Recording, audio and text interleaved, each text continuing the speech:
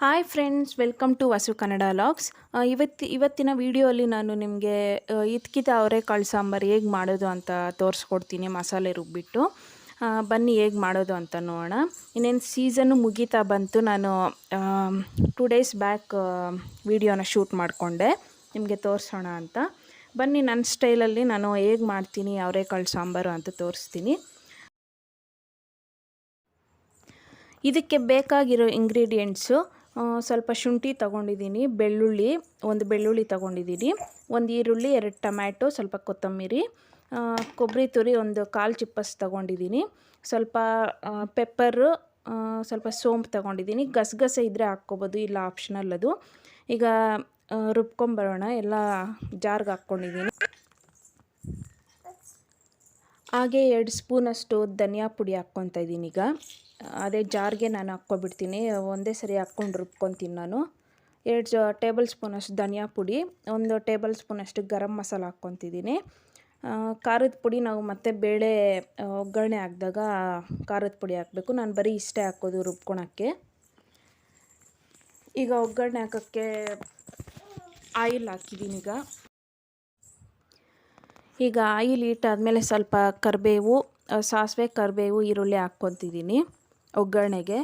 ಕೆಲವರು ಲಾಸ್ಟಲ್ಲಿ ಹಾಕ್ತಾರೆ ಒಗ್ಗರಣೆ, ನಾನು ಮುಂಚೆನೇ ಕುಕ್ಕರ್ಗೆ ಹಾಕ್ತಾಯಿದ್ದೀನಿ. ಅವೆಲ್ಲ ಸ್ವಲ್ಪ ಆಯಿಲಲ್ಲಿ ಫ್ರೈ ಆದಮೇಲೆ ನಾನು ಬೇಳೆ ಹಾಕ್ಕೊತಿದ್ದೀನಿ. ಬೇಳೆ ಹಾಕ್ಕೊಂಡು ಅದಕ್ಕೆ ಸ್ವಲ್ಪ ಉಪ್ಪು, ಖಾರದ ಪುಡಿ ಹಾಕ್ಕೊಂಡು ಚೆನ್ನಾಗಿ ಮಿಕ್ಸ್ ಮಾಡ್ಕೋಬೇಕು.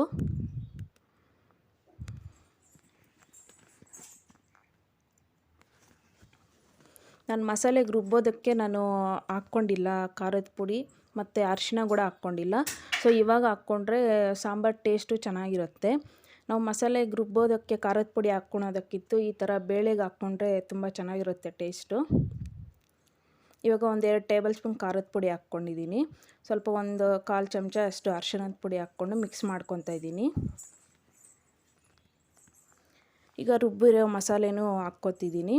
ಅದಕ್ಕೆ ಜಾರ್ಗೆ ಸ್ವಲ್ಪ ವಾಟರ್ ಸೇರಿಸ್ಕೊಂಡು ಹಾಕ್ಕೊಳ್ಳಿ. ಈಗ ಒಂದು ಟೈಮ್ ಎಲ್ಲ ಮಿಕ್ಸ್ ಮಾಡ್ಕೊಳ್ಳಿ. ಒಂದು ಟೈಮು ಹೀಗೆ ಉಪ್ಪು ಎಷ್ಟು ಬೇಕೋ ಅಷ್ಟು ಕರೆಕ್ಟಾಗಿ ಸರಿ ಹೋಗೋ ಅಷ್ಟು ಹಾಕ್ಕೊಳ್ಳಿ. ಯಾಕೆಂದರೆ ಮತ್ತೆ ಲಾಸ್ಟಲ್ಲಿ ಬೇಳೆ ಬೆಂದ ಮೇಲೆ ಅದು ಚೆನ್ನಾಗಿರಲ್ಲ. ಹೀಗೆ ಎಷ್ಟು ಬೇಕೋ ಅಷ್ಟು ನೋಡ್ಕೊಂಡು ಹಾಕ್ಕೊಳ್ಳಿ. ಸಾಂಬಾರು ಸ್ವಲ್ಪ ಗಟ್ಟಿನೇ ಇರಲಿ, ಮಸಾಲೆ ನೀರಾಗಿ ಮಾಡೋಕ್ಕೆ ಹೋಗಬೇಡಿ. ಗಟ್ಟಿ ಇದ್ದರೆ ಮತ್ತೆ ಲಾಸ್ಟಲ್ಲಿ ಅದು ಸಾಂಬಾರು ನೀರಾಗೋಗುತ್ತೆ. ಸೊ ಕಲಿಸ್ಕೊಂಡಾಗೆ ಮಸಾಲೆ ಸ್ವಲ್ಪ ಗಟ್ಟಿಯಾಗಿ ಕಲಿಸ್ಕೊಳ್ಳಿ ಮಸಾಲೆನ, ಯಾಕಂದರೆ ಕುಕ್ಕರ್ಗೆ ಹಾಕೋದು. ಬರೀ ಹಂಗೆ ಬೇಯಿಸೋ ಥರ ಇದ್ದರೆ ನೀವು ನೀರಾಗಿ ಕಲಿಸ್ಕೊಳ್ಳಿ ಮಸಾಲೆನ. ಈಗ ಜಸ್ಟ್ 1 ವಿಸಿಲ್ ತೊಗೊಂಡಿದ್ದೀನಿ ಅಷ್ಟೇ ನಾನು. ಈಗ ಓಪನ್ ಮಾಡ್ತಿದ್ದೀನಿ.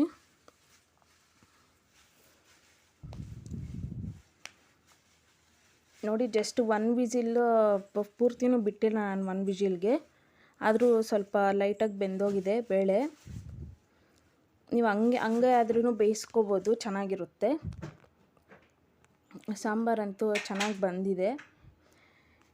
ಈಗ ಮುದ್ದೆನೂ ರೆಡಿ ಮಾಡ್ಕೊತಿದ್ದೀನಿ. ಮುದ್ದೆಗೆ ಇಕ್ಕಿದ್ದೀನಿ ಹಾಗೆ.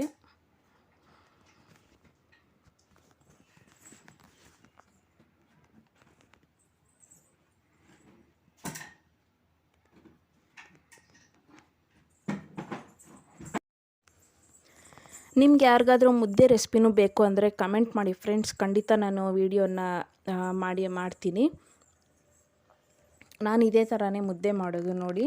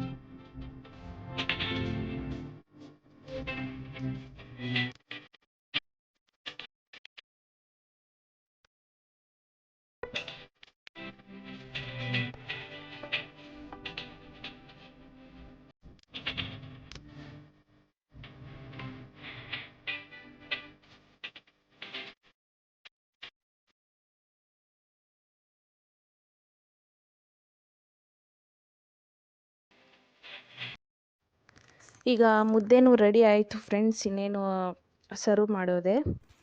ಈಗ ಸರ್ವ್ ಮಾಡ್ತಿದ್ದೀನಿ. ಸಾಂಬಾರಂತೂ ತುಂಬ ಚೆನ್ನಾಗಿ ಬಂದಿತ್ತು ಫ್ರೆಂಡ್ಸ್. ನೀವು ಒಂದ್ಸರಿ ಮನೇಲಿ ಟ್ರೈ ಮಾಡಿ ನನಗೆ ಹೇಗೆ ಬಂತು ಅಂತ ಕಮೆಂಟ್ ಮಾಡಿ ಫ್ರೆಂಡ್ಸ್.